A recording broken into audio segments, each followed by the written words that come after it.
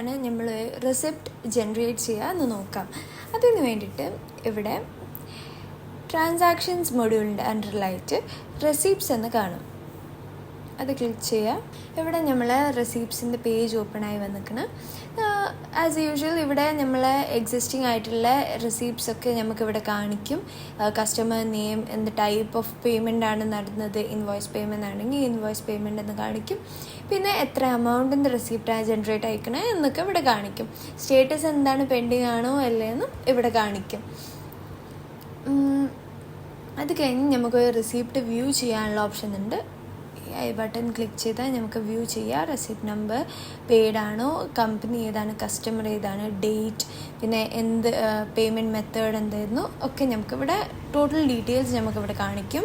ഈ ഒരു specific receipt വേണമെങ്കിൽ നമുക്ക് പ്രിൻറ്റ് ചെയ്യാനുള്ള ഓപ്ഷൻ ഉണ്ട്. ഈ ബട്ടൺ ക്ലിക്ക് ചെയ്ത് കഴിഞ്ഞാൽ നമുക്ക് പ്രിൻ്റായി വരും. ഇനി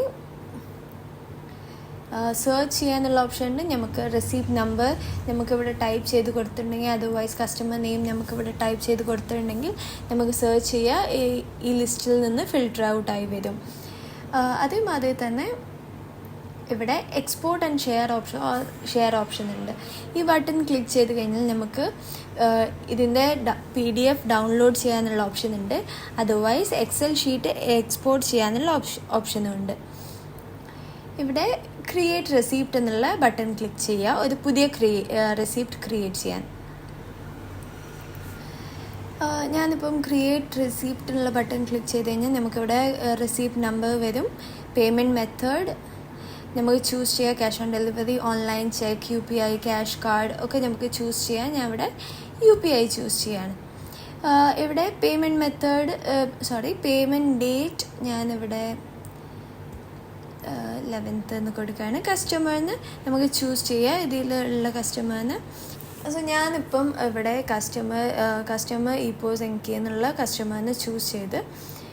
സോ ഇവരുടെ ബാലൻസ് ഓൾറെഡി ഇവിടെ കാണിക്കുന്നുണ്ട്. ഞാൻ ടൈപ്പ് ജനറൽ പേയ്മെൻ്റ് അല്ല, ഇൻവോയ്സ് പേയ്മെൻ്റ് ആണ് ചൂസ് ചെയ്യുന്നത്.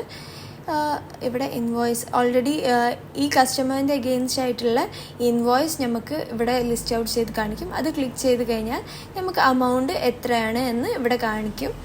സോ ബാലൻസ് അമൗണ്ട് എത്രയാണ്, ഇതിൽ എത്ര എമൗണ്ട് ആണ് പേ ചെയ്തതെന്ന് നമുക്കിവിടെ ടൈപ്പ് ചെയ്യുക. ഞാൻ ഫോർ എക്സാമ്പിൾ 9,000 ആണ് പേ ചെയ്യണമെന്ന് വെച്ചാൽ ഇനി നമുക്ക് സബ്മിറ്റ് ബട്ടൺ ക്ലിക്ക് ചെയ്യാം. സോ നമ്മൾ റെസിപ്റ്റ് ക്രിയേറ്റഡ് സക്സസ്ഫുള്ളി എന്ന് കാണിക്കും. നമ്മളിപ്പോൾ ക്രിയേറ്റ് ചെയ്ത പേയ്മെൻറ്റിൻ്റെ അഗെയിൻസ്റ്റ് ആയിട്ടുള്ളൊരു റെസിപ്റ്റ് നമുക്കിവിടെ കാണിക്കും. പെയ്ഡ് എന്ന്, എത്രയാണ് പെയ്ഡ് എന്ന് കാണിക്കുക, അമൗണ്ട് ഇവിടെ കാണിക്കും. സോ അങ്ങനെയാണ് നമ്മൾ ജനറൽ പേയ്മെൻറ്റ് അതർവൈസ് ഒരു ഇൻവോയ്സിന് അഗെയിൻസ്റ്റ് ആയിട്ടുള്ള ഒരു റെസിപ്റ്റ് ജനറേറ്റ് ചെയ്യൽ.